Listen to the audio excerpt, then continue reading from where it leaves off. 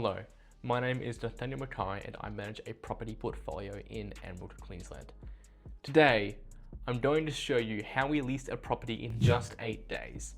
That is 8 days from the property being advertised to the tenant signing the lease. Let's be real, a vacant property doesn't just cost you rent. It costs you rates, insurance, and mortgage repayments with zero income coming in.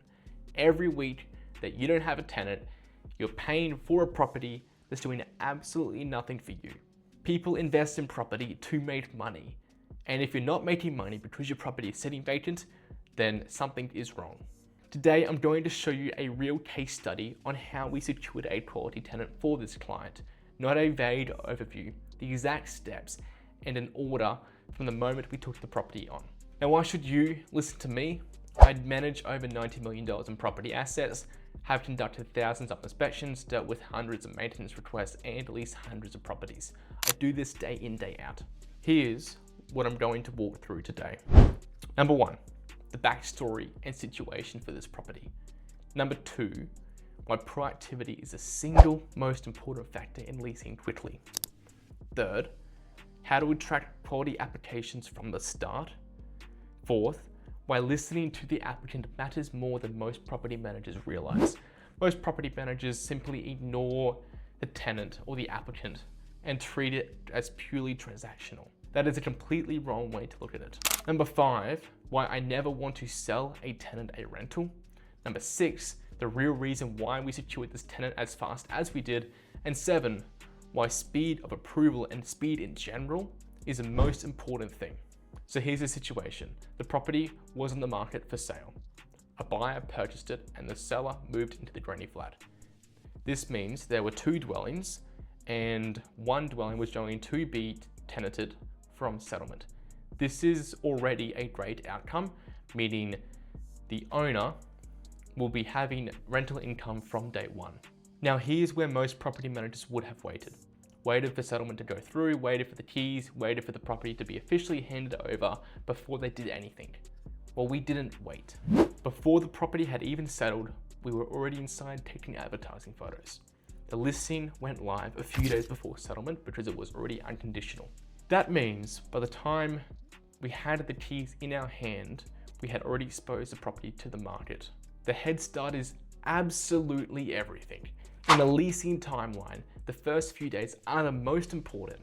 And if we can get those first few days for free, while it's not technically vacant because it's still under the old owner, that is a great outcome. Now sure, getting the property listed fast is one thing, but getting the right people through the door that want to proceed is a completely different game.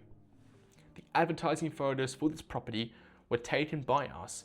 Yes, they weren't the most professional, they weren't the greatest compared to the sale photos that you will see, but they still captured the property. We used AI to enhance the photos with the lighting and removal of darkness. It ended up looking really, really great.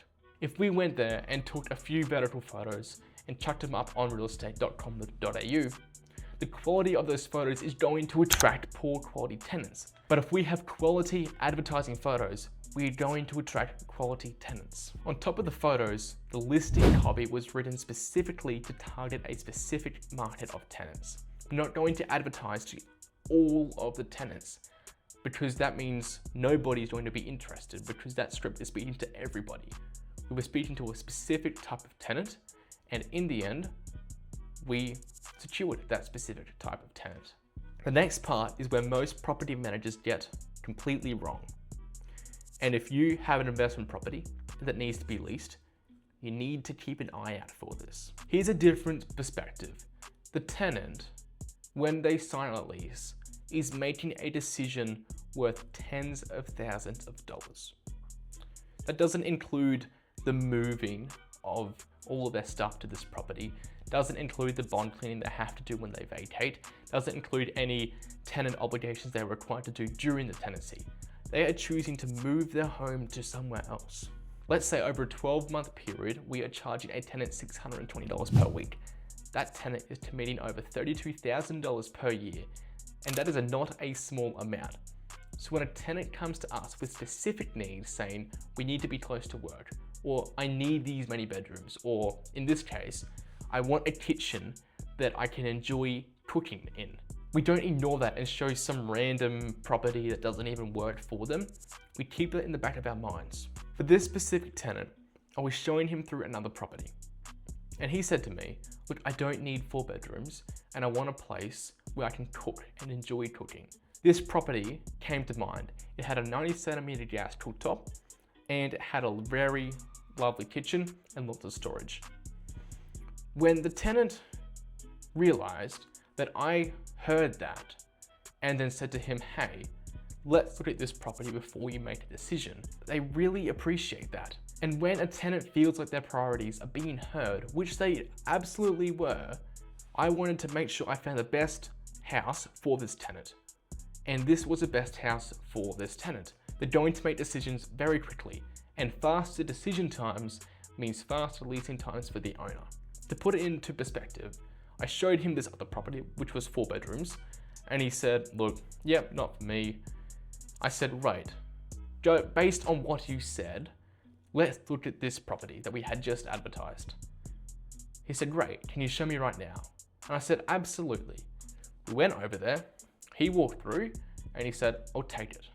That's how easy it is when you listen to the tenant and make sure you find the right property for the tenant. I have watched property managers walk tenants through a property and pitch it like a used car salesman. I absolutely despise it. They're trying to close them on the spot.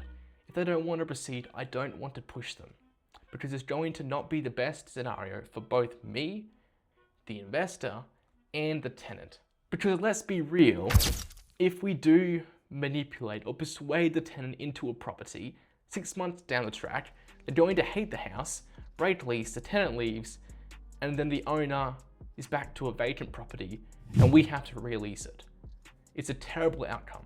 And if I'm being transparent, we only had 2 applicants for this property. Only 2. And I want to be upfront about that, because the temptation when you hear lease in 8 days is to pitch a flood of applications coming through. That's not what happened here. When we walked the 2 applicants through 180B, I didn't sell it. I turned all the lights on, made it presentable, and I said, have a walk through. This is the layout, and let me know what you think. They had a few questions, of course, and I answered them, and then they decided to make up their own mind. The first person who viewed the property said, I want to go with another property. The second one was the guy I was speaking to, and he said, I'll take it. That is a difference between trying to sell a tenant a rental and letting the tenant make their own choice. The key to leasing this property is the referral. The second applicant that I was speaking to came from an existing tenant on our books. We were currently managing the tenant at one of these properties, and that tenant is fantastic. Probably one of the top 10 tenants I have ever seen. Think of this scenario like a job reference. If someone you trust completely vouches for a candidate, you don't need 50 applicants. You need one good one. The referral carried more weight than any number of cold inquiries from our advertisement ever could. And this is something I love to see. I try every single day, the team and I try to look after the tenants as much as possible, while still enforcing legislation.